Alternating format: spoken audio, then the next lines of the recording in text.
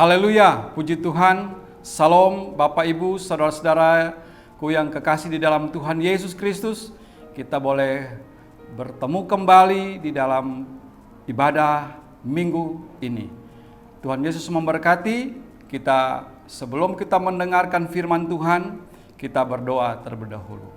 Bapa kami yang baik, Bapa kami yang ada di dalam sorga, terima kasih atas kasih kemurahan-Mu, di mana kami kembali untuk datang mendengarkan kebenaran firman-Mu.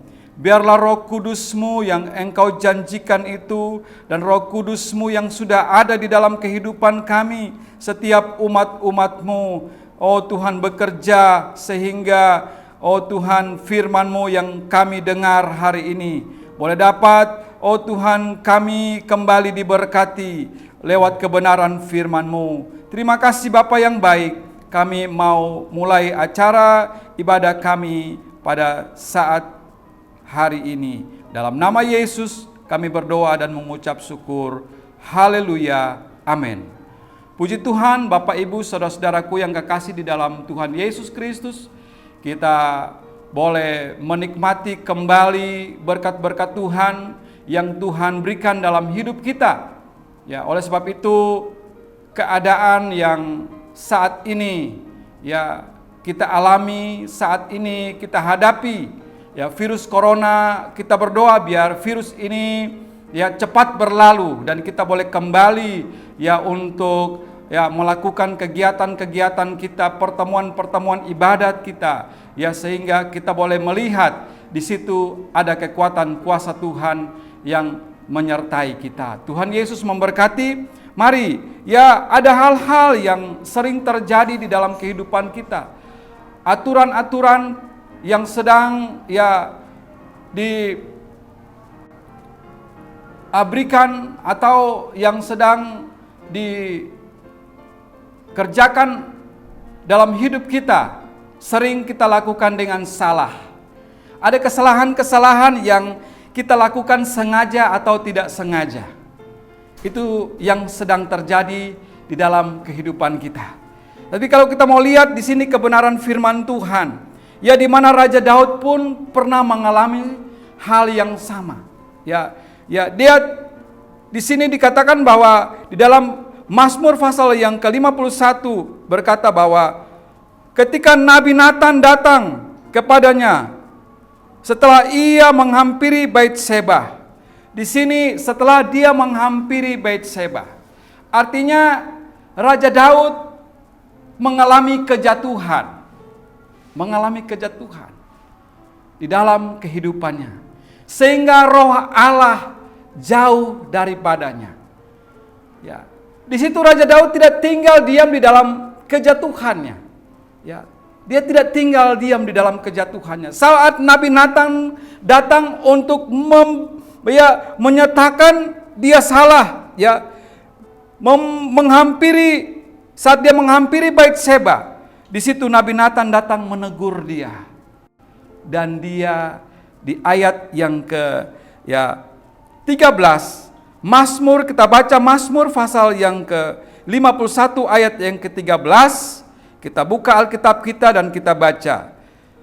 Janganlah membuang aku dari hadapan-Mu, dan janganlah mengambil roh-Mu yang kudus daripadaku. Kita ya sudah melewati perayaan kenaikan Tuhan Yesus ke sorga.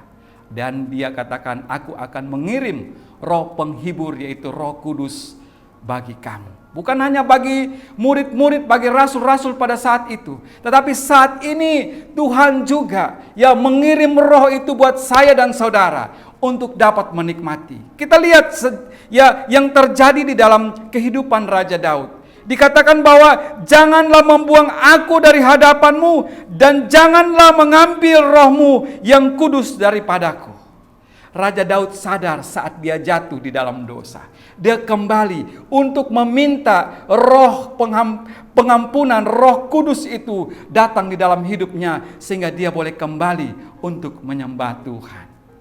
Ada damai saat Roh Kudus itu kembali. Karena Roh Kudus ya dapat didukakan. Roh Kudus dapat didukakan. Roh Allah. Kita mau lihat Alkitab kita Di dalam firman Allah, kita mulai di dalam Kisah Rasul pasal yang ke-7 ayat yang ke-51. Hai orang-orang yang keras kepala dan yang tidak sunat hati dan telinga, kamu selalu menentang Roh Kudus sama seperti nenek moyangmu, demikian juga kamu. Artinya ini peringatan untuk kita supaya saat kita ditegur atau saat kita diingatkan oleh firman Tuhan, amin, kita kembali datang kepada Tuhan dan kita katakan seperti Raja Daud dengan rendah hati, kita katakan, jangan ambil rohmu daripadaku. Jangan ambil rohmu daripadaku. Karena saya katakan dari awal bahwa kita masih manusia biasa. Ada kala kita melakukan kesalahan, sengaja atau tidak sengaja, ya. Kita sering melakukan itu. Tetapi mari kita kembali mengingat apa yang kita buat hari ini, kemarin, waktu yang lalu. Hari ini kita mau berubah. Karena apa? Roh Kudus yang sudah mengingatkan kita. Seperti Raja Daud, ya, didatangi oleh Nabi Nathan dalam hidupnya. Dan dia mau katakan bahwa, ya, jangan ambil rohmu daripadaku kepada Tuhan. Artinya kalau saat kita, ya, diingatkan oleh firman Tuhan, kita diingatkan oleh Roh Kudus, maka mari kita kembali untuk datang kepada Tuhan. Ayat yang berikut kita lihat di dalam firman Tuhan, di dalam Wahyu pasal yang ketiga ayat yang ke-20, Wahyu pasal yang ketiga ayat yang ke-20, kita buka Alkitab kita. Lihat, aku berdiri di muka pintu dan mengetok. Jika ada orang yang mendengar suaraku dan membukakan pintu, aku akan masuk mendapatkannya dan aku makan bersama-sama dengan dia dan ia bersama-sama dengan aku. Amin. Artinya Yesus sedang menanti di depan pintu untuk mengetok hati kita. Firman Tuhan mengetok hati kita. Saat kita membukakan hati dan Tuhan masuk dalam hati kita dan dikatakan, aku akan makan bersama-sama dengan kamu.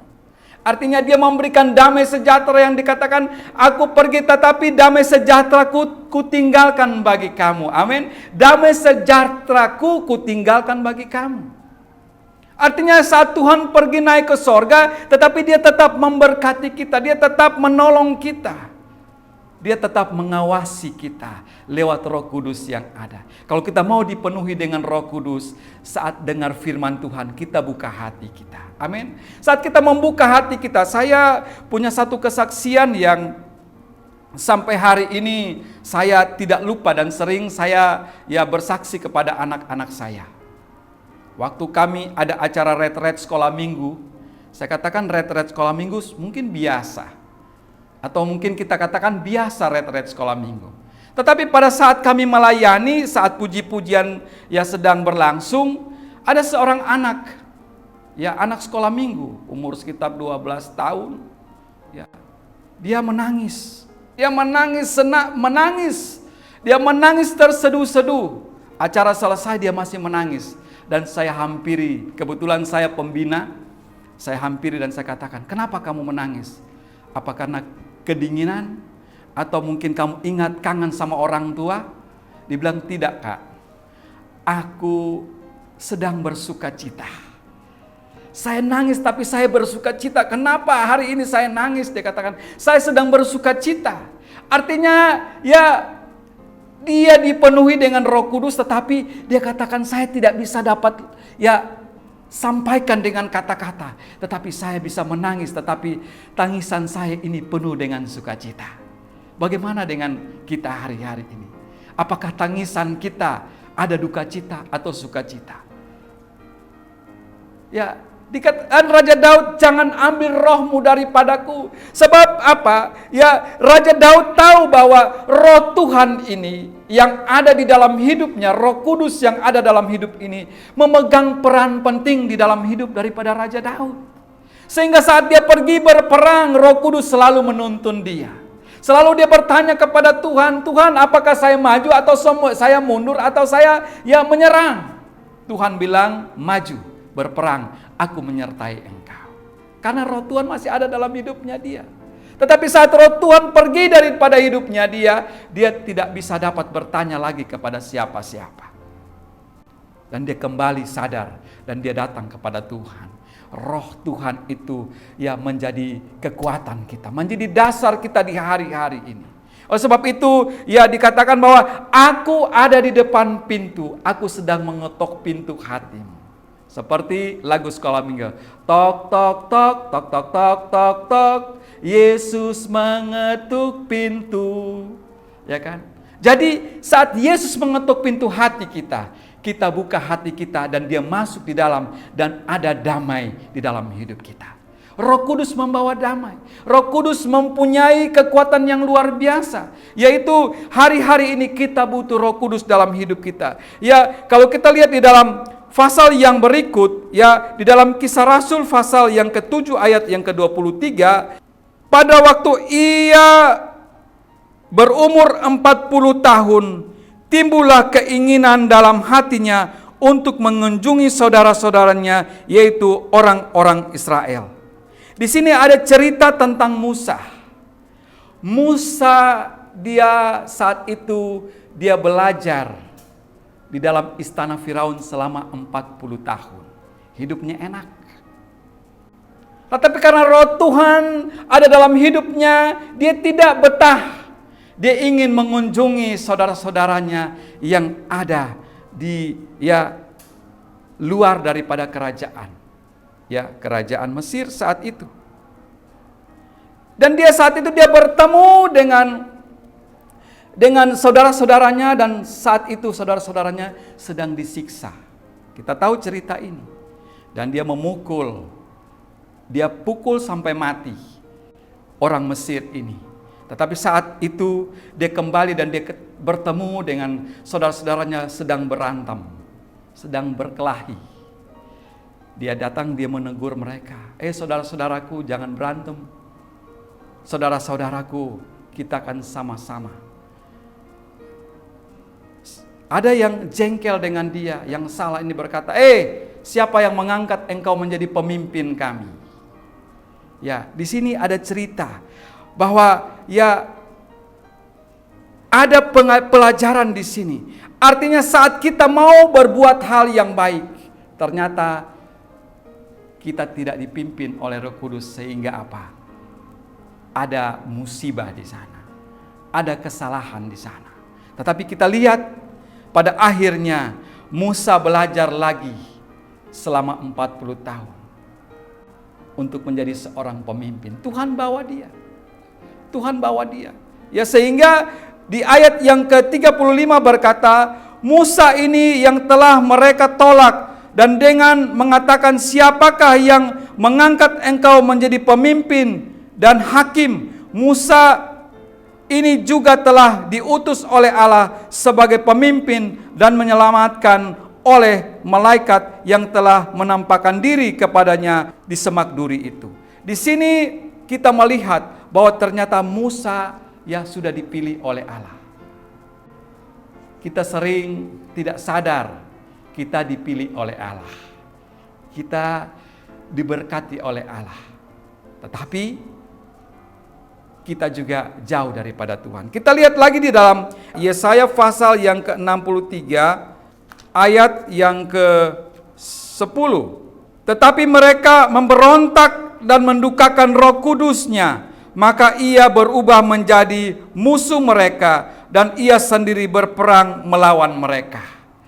Artinya ya dikatakan saat itu terjadilah sesuatu di dalam kehidupan daripada anak-anak Tuhan, bangsa Israel saat itu. Tetapi mereka memberontak, mendukakan Roh Kudusnya, maka ia berubah menjadi musuh mereka dan ia sendiri berperang melawan mereka. Jadi jangan sampai kita mendukakan Roh Kudus. Ya, sering kita mendukakan orang lain, sering kita menyakiti orang lain, sengaja atau tidak sengaja. Tetapi saat kalau kita sudah menerima kuasa Roh Kudus dalam hidup kita, kita pakai Roh Kudus ini baik-baik, ya, menjadi kekuatan kita. Tetapi kita jangan memberontak. Kalau kita sudah tahu bahwa Roh Kudus ada dalam hidup kita, kita selalu dipimpin oleh kuasa Roh Kudus, kita harus tetap ada di dalam kekuatan Roh Kudus. Kalau Roh Kudus sudah mengingatkan kita, Roh Kudus sudah menuntun kita, kita jangan sampai menjadi orang atau menjadi pemberontak terhadap Roh Kudus. Mungkin kita katakan, aduh susah, saya hidup susah. Tetapi di sini Roh Kudus kita minta supaya Dia memberikan penghiburan kepada kita. Di dalam 1 Tesalonika pasal yang ke-5 ayat yang ke-19. Jangan padamkan Roh Kudus, artinya Roh Kudus dapat dipadamkan.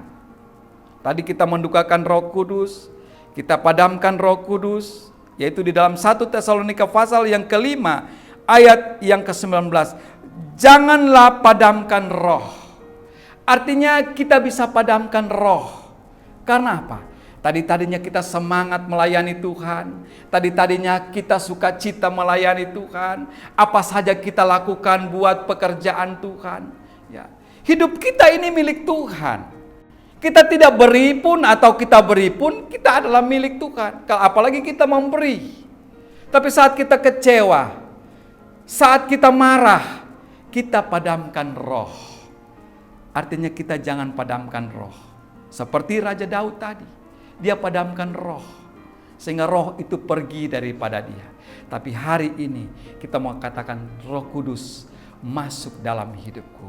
Roh Kudus yang manis, Roh Kudus yang lembut masuk dalam hidupku. Kuasailah hidupku sehingga hidupku dapat dituntun, dapat dipimpin. Amin. Jadi mari kita mau supaya hidup kita penuh dengan kuasa Roh Kudus. Bagaimana caranya? Yaitu yang pertama dikatakan jangan dukakan Roh Kudus. Yang kedua, jangan padamkan Roh Kudus. Mari Bapak Ibu saudara-saudara yang ada di rumah, masih 7 hari lagi buat kita untuk kita berdoa. Kalau kita Pantekosta, kita karismatik, kita berdoa selama 10 hari menantikan curahan kuasa Roh Kudus dalam hidup kita. Untuk kita pakai. Hari-hari ini kita butuh Roh Kudus dalam hidup kita. Amin. Mungkin kita sukar untuk pergi kemana-mana. Karena anjuran pemerintah katakan bahwa ibadah di rumah, berdoa di rumah. Kesempatan kita ambil kesempatan ini karena virus ini belum berlalu. Kenapa virus ini belum berlalu? Mungkin Tuhan masih izinkan supaya mungkin tadinya bapaknya tidak ada di rumah, pergi pagi pulang malam. Hari-hari ini kita lihat keluarga sedang bersatu. Amin. Keluarga sedang bersatu, anak-anak di rumah, semua di rumah. Sampai kadang-kadang kita rasa, aduh saya sudah bosan, saya sudah jenuh. Tapi anak-anak sekolah minggu tetap memuji Tuhan. Anak-anak sekolah minggu, mari kita berdoa bersama-sama dengan orang tua kita. Ada waktu selama 10 hari kita bersama-sama minta sama Tuhan. Mungkin tadinya kita ada di satu tempat dengan keramaian sehingga suasananya membuat kita bergembira. Suasana itu mengangkat kita untuk kita berdoa kepada Tuhan. Tapi Tuhan ajarkan kita sendiri seperti doa Bapa kami. Kita masuk ke kamar, kita menyembah Tuhan. Di situ Roh Kudus hadir dalam hidup kita. Kita diberkati Tuhan. Mari biarlah firman Tuhan yang kita sudah dengar ini dapat kita taruh dalam hidup kita dan kita mau kerja untuk melayani Tuhan. Semangat, tetap semangat untuk kita kerja buat Tuhan, untuk kita iring Tuhan. Nama Tuhan dipuji, nama Tuhan dipermuliakan. Kita mau berdoa. Bapa kami di dalam surga, puji Tuhan, di dalam nama Tuhan Yesus Kristus, Engkau hadir bersama-sama dengan kami saat ini. Di rumah, dimanapun kami berada, kami lihat acara streaming ini, kami diberkati Tuhan. Kami percaya bahwa kuasa Roh Kudus-Mu akan datang memberikan penghiburan bagi kami. Kuasa Roh Kudus-Mu akan penuhi hidup kami, sehingga setiap hidup kami menjadi berhasil karena kekuatan daripada kuasa Roh Kudus memenuhi hidup kami. Terima kasih Bapa dalam surga. Umat-umat Tuhan yang ada di rumah, mari kita angkat tangan kita bersama-sama. Kita mau terima berkat daripada Tuhan. Terima kasih Bapa yang baik. atas kebenaran firman-Mu. Saudara-saudaraku yang kekasih di dalam Tuhan Yesus Kristus, saat ini biarlah kita mau berdoa bersama-sama. Ya, kita mau angkat tangan kita berhadapan dengan Tuhan saat ini. Bapa dalam surga, Engkau memberkati umat-umat-Mu. Engkau memberkati orang-orang, anak-anak, orang dewasa, anak-anak yang ada sekolah minggu, Selasa gembira, Jumat smart yang ada Tuhan. Engkau berkati di dalam nama Yesus setiap anak-anak-Mu yang membutuhkan pertolongan. Dengan tangan-Mu yang penuh kuasa Engkau datang, Engkau hampiri, Engkau tumpangkan di atas kepala mereka di dalam nama Yesus. Kami percaya, saat kami percaya, di situ kuasa-Mu terjadi di dalam hidup kami. Oleh sebab itu, saudara-saudaraku, pada akhirnya umat Tuhan yang dikasihi Tuhan, terimalah berkat daripada Allah Bapa, kasih sayang daripada Roh Kudus, menyertai kita, memberikan penghiburan bagi kita. Di dalam nama berkat Tuhan Yesus Kristus, terimalah berkat ini dengan damai sejahtera. Di dalam nama berkat Tuhan Yesus Kristus, kita yang percaya berkata, amin. Puji Tuhan. Bapak Ibu saudara-saudara yang kekasih dalam Tuhan Yesus Kristus, maju terus, semangat ya untuk tetap ya melayani Tuhan, untuk tetap setia ya percaya kepada Tuhan. Ya, ada nomor di bawah ini, kalau Bapak Ibu membutuhkan ya pelayanan, maka hamba-hamba Tuhan, pelayan-pelayan Tuhan di tempat ini akan melayani saudara-saudaraku yang kekasih. Puji Tuhan, Tuhan Yesus memberkati. Jangan lupa, masih ada 7 hari lagi untuk kita berdoa menanti ketuangan Roh Kudus. Tuhan Yesus memberkati.